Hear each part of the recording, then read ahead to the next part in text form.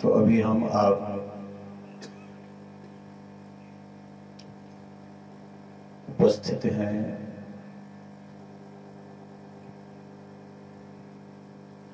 ऐसे तो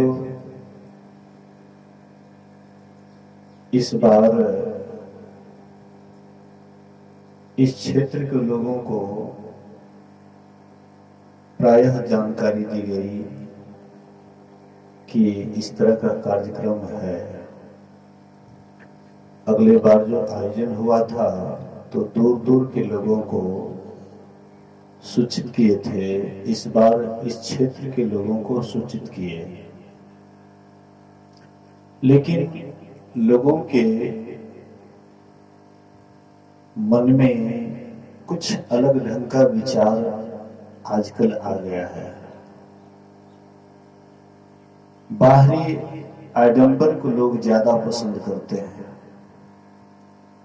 कहीं पर कोई यज्ञ करते हैं, 108 मूर्ति बनाते हैं, बाहरी दिखावा जहां होता है तो काफी भीड़ होती है। लेकिन जहां पर बाहरी दिखावा नहीं है, आंतरिक ध्यान साधना की बात होती है, तो वहां पर लोग नहीं के बराबर भाग लेते हैं। ये सदा से आ रहा है। बाहरी दिखावा में, कर्मकांड में लोग अधिक पड़े हुए हैं, लेकिन असली जो ज्ञान ध्यान की बात है, लोग सब दिन इससे भागते आए हैं। क्योंकि ईश्वर परमात्मा ने हमारी इंद्रियों को बहिर्मुखी बनाया है, इसलिए यह बाहर ही देखती है, भीतर में नहीं। लेकिन ध्यान है भीतर में झांकना, भीतर में देखना। लेकिन भीतर में जब हम आंख बंद करते हैं, कुछ दिखाई नहीं पड़ता है, तो सोचते हैं कि आंख भी बंद किए, कुछ दिखाई भी नहीं पड़ा, कुछ फायदा भी नहीं हुआ। इसलिए जो फायदा वाला काम है वही करना चाहिए। लेकिन आपको सांसारिक चीजों की फायदा होती है, लेकिन आपके अंदर में जो अध्यात्म ज्ञान है, जो असली पूंजी है, वह आपका लुप्त हो रहा है। यह आप तनिक भी विचार नहीं करते। आप आवागमन में पड़े हुए हैं, दुख में पड़े हुए हैं, कष्ट में पड़े हुए हैं। इससे छूटना आपके अंदर विचार में नहीं आता है। सबसे बड़ा दुख आवागमन है। आपके घर में आग लगी है और पड़ोसी के घर में भी आग लगी है, तो आप क्या कीजिएगा? पहले अपने घर के आग को बुझाइएगा या पड़ोसी के आग को बुझाइएगा? पहले अपने घर के आग को बुझाइएगा, फिर पड़ोसी को देखिएगा। लेकिन आपके भीतर में, आपके अंदर में जो आवागमन का चक्र है, शत विकार का जो आग लगी है, हम लोग इसको देख करके भी अनदेखा कर देते हैं। वासना दिन रात सताती है, इच्छाएं का तांता लगा हुआ है, लेकिन ये इच्छाओं की तांता को और हम बढ़ाने का काम करते, घटाने का काम नहीं। भगवान कृष्ण ग्वाल बाल के साथ गेंद खेल रहे थे। संजोग से वह गेंद को जोर से मार दिए।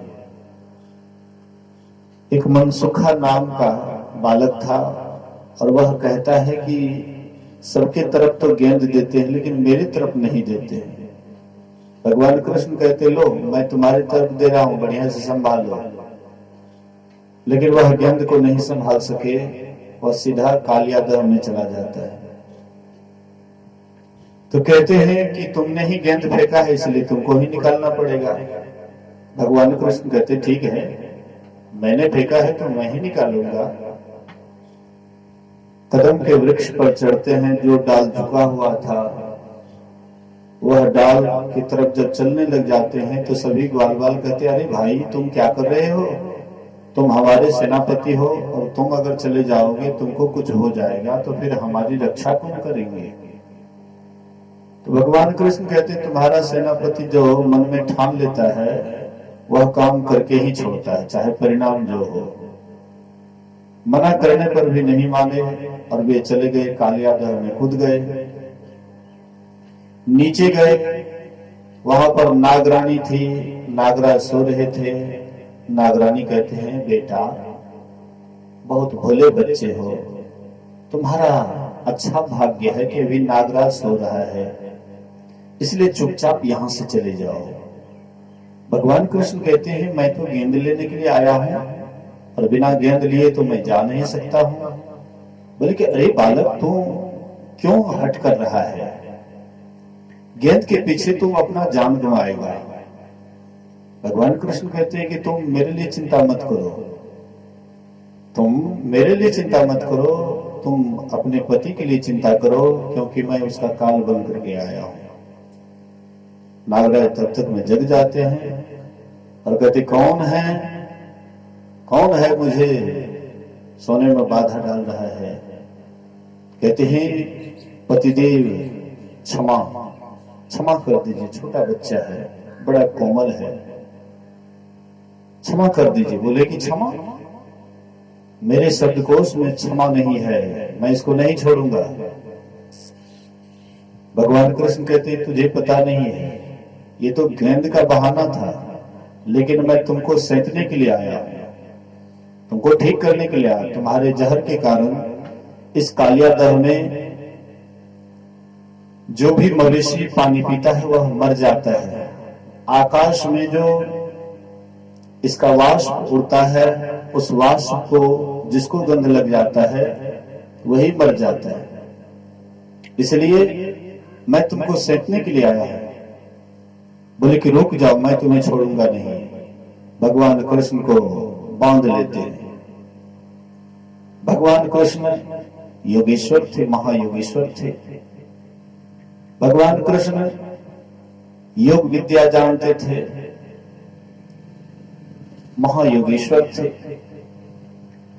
इसलिए अपने शरीर को फैलाने लग जाते हैं, शरीर को फैलाने लग जाते हैं, उसका बांध ढीला पड़ने लग जाता है और उसके बाद तड़प करके उनके फन पर चढ़ जाते हैं।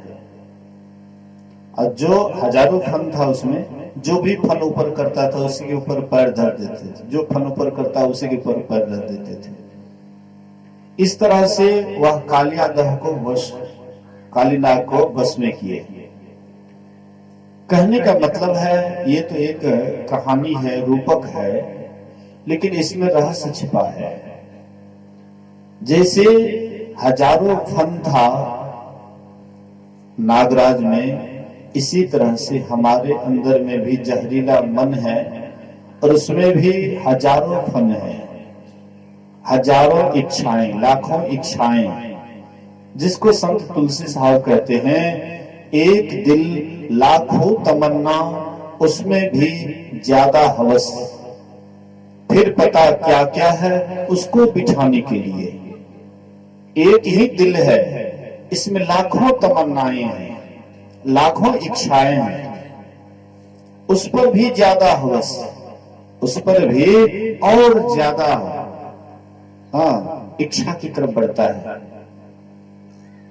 फिर पता क्या क्या है उसको बिठाने के लिए, फिर उस परमात्मा को कैसे बिठाओगे।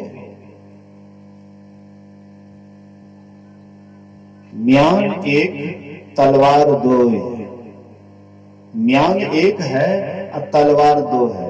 कैसे एक म्यान में दो तलवार रहेगा? या तो आप संसार की इच्छाओं को बसा लीजिए, अर्थात परमात्मा को बसा लीजिए। आपको क्या बसाना है? आप कहिएगा कि हम संसारे में रहेंगे, तो संसारे में रहेंगे तो रहिए, कौन कहता है संसार से ऊपर उठने के लिए। लेकिन हाँ, आवागमन से छूटने के लिए जो आपको उत्तम शरीर मिला है, और नहीं छूटिएगा तो फिर आंसू बहाना पड़ेगा। फिर आप किसी को दोष मत दीजिएगा। काल ही, कर्म ही, ईश्वर ही मिथ्या दोष लगाए, फिर आप झूठा दोष मत लगाइएगा। ये मत कहिएगा कि हमको चेताने वाला नहीं हुआ, महापुरुष समय समय पर आते हैं आपको चेताने के लिए, लेकिन आप अगर नहीं चेतिएगा, महापुरुष की बात को नहीं मानिएगा, तो फिर दुख तकलीफ किसको होगा।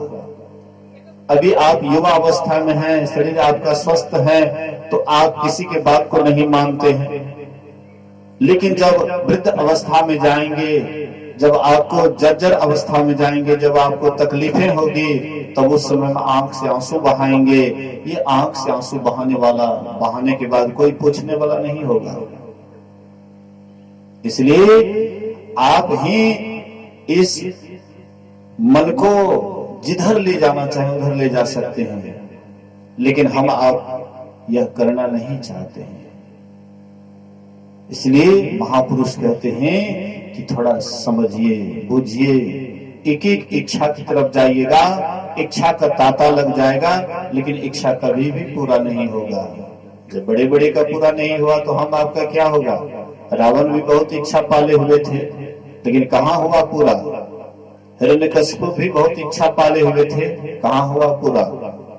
लेकिन जो इच्छा से निवृत्त होकर के इच्छा के उल्टा चले, उसका भले ही पूरा हो गया। पूरा होने का मतलब क्या, आवागमन से छूट गए। आवागमन से छूट गए नर, सुमेरी नाम अविनाशी रे। वही आवागमन से छूटा जो अविनाशी का सुमरन किया, अविनाशी की तरफ चला, परमात्मा की तरफ चला। हम आप भी परमात्मा की तरफ चले, संसार की तरफ चलिएगा। संसार को दुखालय कहा है। गुरु महाराज कहते हैं यह संसार क्या है, दुखालय है। दुख आलय, दुख का घर, आलय मतलब घर, दुख का घर है। यहाँ पर जो भी आए हैं, यहाँ से दुखी होकर के ही गया है। जो इस संसार में मन लगाया है, अंत में उसको रोना ही पड़ा। हाँ, जो संसार से मन को हटा करके परमात्मा में लगाया, वह कभी रोया नहीं, यहाँ से हंसते हुए गया। 3 मुर्दा नदी में भस रहा था। एक मुर्दा मोछ पर हाथ डाले हुए थे, एक मुर्दा पेट पर हाथ डाले हुए थे, एक मुर्दा माथे पर हाथ डाले हुए थे, एक मुर्दा मोछ पर क्यों हाथ डाले थे। इसीलिए कि जीवन पर्यंत उन्होंने ईश्वर की भक्ति की, परमात्मा की भक्ति करके परमात्मा को पा लिए। इसीलिए वह मोछ पर हाथ देकर के जा रहे हैं, अर्थात मौज में जा रहे हैं कि अब हमें कोई टेंशन नहीं, कोई चिंता नहीं, आनंद से जा रहे हैं, परमात्मा को पा लिए हैं। इसलिए वह मोछ टेरते हुए जा रहे हैं, मोछ पर हाथ रखे हुए जा रहे हैं। दूसरा मुर्दा पेट पर हाथ रख करके, मतलब जीवन भर हम पेट के लिए ही दिन रात परेशान रहते हैं। ये पेट के लिए लोग क्या क्या नहीं करते हैं, नौकरी करते हैं, चाकरी करते हैं, दूसरे का गुलाम बनते हैं, मतलब कितना क्या क्या करते हैं, यही पेट के ही कारण। किसी ने कहा है कि ये पेट आधा सेर या 1 सेर चावल डालने से यह भर जाता है, लेकिन तृष्णा रूपी पेट कभी नहीं भरता है। हम पेट के लिए क्या क्या नहीं करते हैं, कितना टेंशन पर टेंशन लेते हैं, लेकिन जो नहीं टेंशन वाला काम है, जिससे हमारे जीवन आनंद से खिलता है, उधर हम जाना नहीं चाहते हैं। अरे आप कुछ भी बन करके रहिए, चाहे आप बड़े नौकरी कीजिए, व्यापार कीजिए, बड़े बादशाह क्यों नहीं हो जाइए, विश्व विजेता क्यों नहीं हो जाइए, लेकिन आज तक कोई कहने वाला नहीं हुआ इस संसार में आकर के हम पूर्ण सुखी हो गए। इसलिए ये संसार से ऊपर उठिए। ये संसार से ऊपर कैसे उठिएगा, इसीलिए तो परमात्मा संत महापुरुष युक्ति बतलाए हैं इस संसार से ऊपर उठने के लिए। हम लोग अपने से ही जीवन को नरक में डालते हैं, कोई हमें डालता नहीं है, कोई हमें स्वर्ग नहीं भेजता है। कहीं पर कोई बैठा हुआ नहीं आपको स्वर्ग भेजने के लिए, और कोई बैठा नहीं है आपको नरक भेजने के लिए। हम अपने ही कर्म से स्वर्ग जाते हैं, हम अपने ही कर्म से नरक जाते हैं। हम ही करता है, इसलिए हम ही भोगता है। जो करेगा वही भोगेगा, और आप ऐसा भी मत सोचिएगा कि हम गलत गलत काम करते हैं, मरने के बाद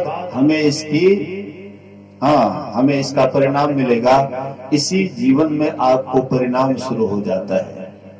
जैसे ही गलत की ओर आपका पैर बढ़ता है, वैसे ही आपका हृदय अशांत होने लग जाता है, और जैसे ही आप सही काम करने चलते हैं, वैसे ही आपके हृदय में एक आनंद से आपका हृदय खिल जाता है। मरने के बाद क्या होगा कौन जानता है, लेकिन शरीर में रहते हुए ही गलत की ओर पैर बढ़ता है, आपका हृदय उसी समय में थरथर कांपने लग जाता है। अच्छाई की ओर जैसे ही आपका पैर बढ़ता है, वैसे ही आपके हृदय में आनंद का बौछार होने लग जाता है। लेकिन हम आप इस पर गौर नहीं करते हैं, अंधाधुंध चलते रहते हैं। चाहे अशांति हो या शांति हो, उस पर हम तनिक ध्यान नहीं देते हैं। लेकिन ध्यान दीजिए, सदा के लिए शरीर नहीं मिला है, सदा के लिए शरीर नहीं रहेगा आपका। ये शरीर नाश हो जाएगा, लेकिन आपका नाश होने वाला नहीं है। आप सदा से थे और अभी भी आप हैं, और सदा से आप रहेंगे। आपको कोई मिटा नहीं सकता है। जैसे परमात्मा मिटने वाला नहीं है, वैसे आप भी मिटने वाले नहीं हैं। जैसे परमात्मा अविनाशी है, आप भी वैसे ही अविनाशी हैं। आप में परमात्मा में तनिक भी अंतर नहीं है, लेकिन अंतर क्या कर दिया है? तो आवरण के ही कारण हम आप परमात्मा में, हम आप में परमात्मा में अंतर हो गया है। लेकिन ये आवरण कैसे हटेगा? बिना मेहनत का कोई काम नहीं होता है। हर एक काम में मेहनत की आवश्यकता है, लेकिन यह ध्यान भजन में भी थोड़ा मेहनत है। लेकिन जब मन लगने लग जाता है, तो फिर संसार की तरफ जाने का मन ही नहीं करता है। कल मैं आप लोगों को कह रहा था, सनकादि ऋषि जब इसका ब्रह्मा जी इसको पैदा किए, तो पहले भेजे कि जाओ तुम तपस्या करो, ध्यान करो, ध्यान से ही सब काम होता है। गए ध्यान करने के लिए, ध्यान करके जब आए तो बोले सृष्टि करो। बोले कि अब हमसे सृष्टि नहीं हो सकती है, अब हमसे सृष्टि नहीं हो सकती, क्योंकि इंद्रियां काम ही नहीं करेगी। इंद्रियों के ही कारण सृष्टि होती है। इंद्रियां जिसका सशक्त है, उसी से सृष्टि का काम होता है। जिसकी इंद्रियां सशक्त नहीं है, उसकी इंद्रियां फिर बहिर्मुखी कैसे जाएगी, विषय की तरफ कैसे जाएगी। इसलिए महापुरुषों ने कहा कि इस मन को बस में करो। कैसे करोगे?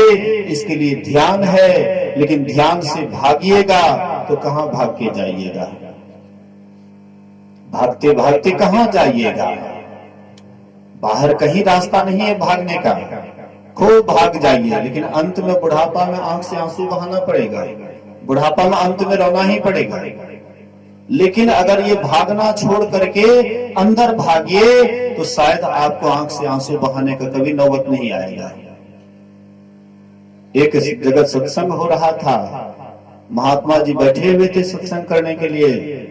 उसी बीच में भूकंप आ जाता है। जितने भी श्रोतागण थे धीरे धीरे भागने लगे जान बचाने के लिए।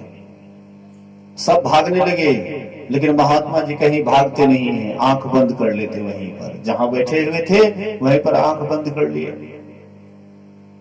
थोड़ी देर के बाद जब भूकंप शांत होता है, तो श्रोताओं ने सोचा कि महात्मा जी का क्या हाल है, देख करके देखना चाहिए, पूछना चाहिए। तो जाकर के पूछते हैं, कहते हैं, हाँ महात्मा जी क्या हाल है? हम तो सोचे कि ये मकान गिरेगा तो हम लोग सब दब जाएंगे, हम भागे, लेकिन आप कहाँ भागे? महात्मा जी बोले कि मैं भी भागा, तुम भी भागा, मैं भी भागा, लेकिन भागने में थोड़ा अंतर है। तुम भागा बाहर की तरफ, मैं भागा अंदर की तरफ। बाहर भागा तुम काल से कभी नहीं बच सकते हो, कहीं नहीं बच सकते हो। लेकिन मैं जिधर भागा उधर काल का रत्ती मात्र भी, लेस मात्र भी उसका दबाव नहीं है। मैं उधर भागा, तो बाहर कहीं भी भागिएगा। काल मुख से निभु की भागो, ध्यान केवल भाई रे। ऐसो अवसर खोई हो तो रोई हो पछताई रे। माघ भूखा बाघ काल के, मुख पड़ो है बावरे। हे पागल, बावरे कहते हैं पागल को। माघ भूखा बाघ काल के, मुख पड़ो है बावरे। होश कर, क्यों बेहोश पड़े हुए हो? हम लोग बेहोश हैं। जग बेहोश बूझे नहीं, संत मते की बात, संत मते की बात, लात यम ताते मारी। संत तुलसी साहब कहते हैं कि यह संसार बेहोश है, ये संत मत की बात को नहीं समझ पाता है, नहीं बुझता है, इसलिए यमराज का लात खाता है। यमराज इसको लात मारते हैं, लात खाता है इसलिए, क्योंकि बेहोश पड़ा हुआ है। होश में रहेगा तो यमराज काहे लात मारेंगे, उसको नमस्कार करेंगे। जो होश में आ जाएंगे, परमात्मा के सिमरन ध्यान में लग जाएंगे, यमराज उसको नमस्कार करेंगे, लात नहीं मारेंगे। लेकिन लात किसको मारेगा?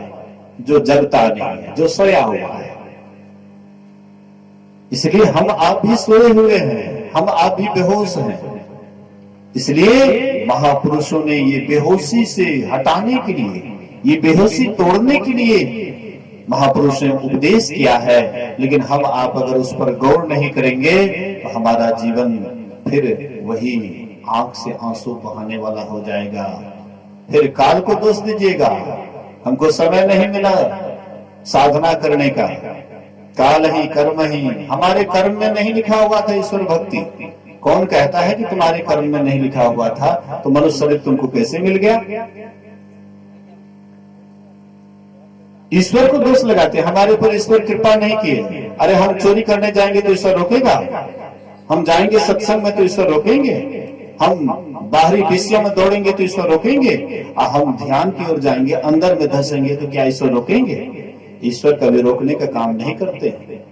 ईश्वर भले ही आपको स्वतंत्र छोड़ दिए हैं, चाहे जो काम कर लीजिए।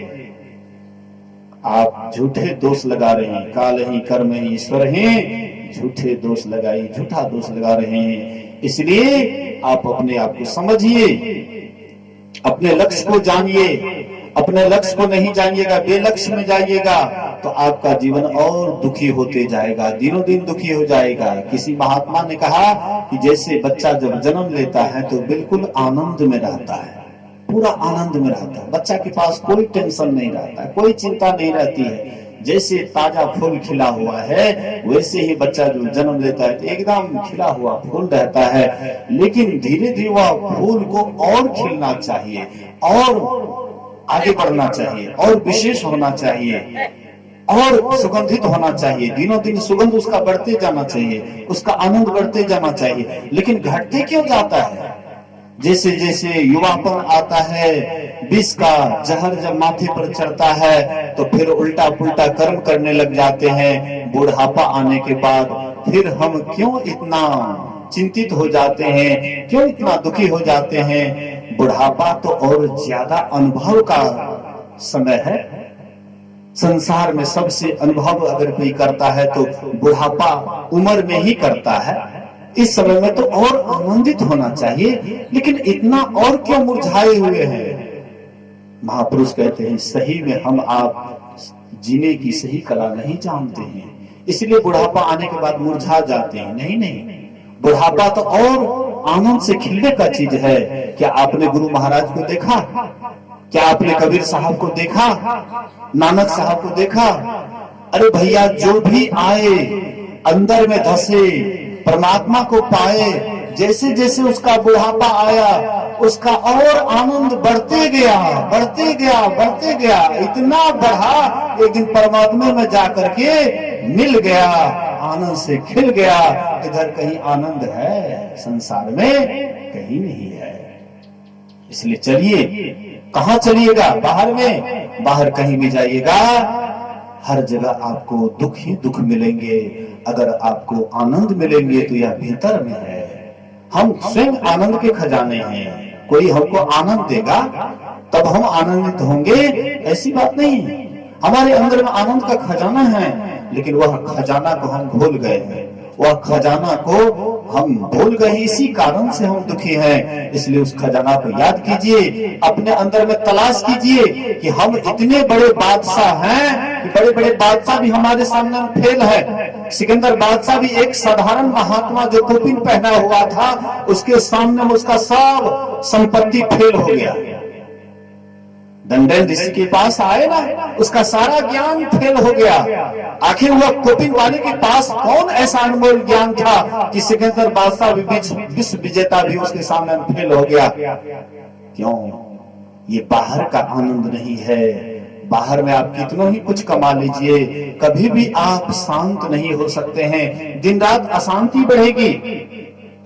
शांति अगर मिलेगी तो आपके भीतर में है, और आप स्वयं आनंद के खजाने हैं, और वह आनंद ध्यान के द्वारा मिलेगा। इसलिए ध्यान शिविर है। कहने के लिए बहुत बात है, लेकिन 9 बजने वाला है। एक भजन हम लोग गायक महोदय से सुनेंगे, इसके बाद आरती की ओर चलेंगे। समय के साथ सत्संग भी अंतिम होगा। बोलिए श्री सद्गुरु महाराज की जय। फिर ध्यान का है, क्योंकि ध्यान की विशेषता है, इसलिए हम आप ध्यान में भी भाग लेंगे। बोलिए श्री सद्गुरु महाराज की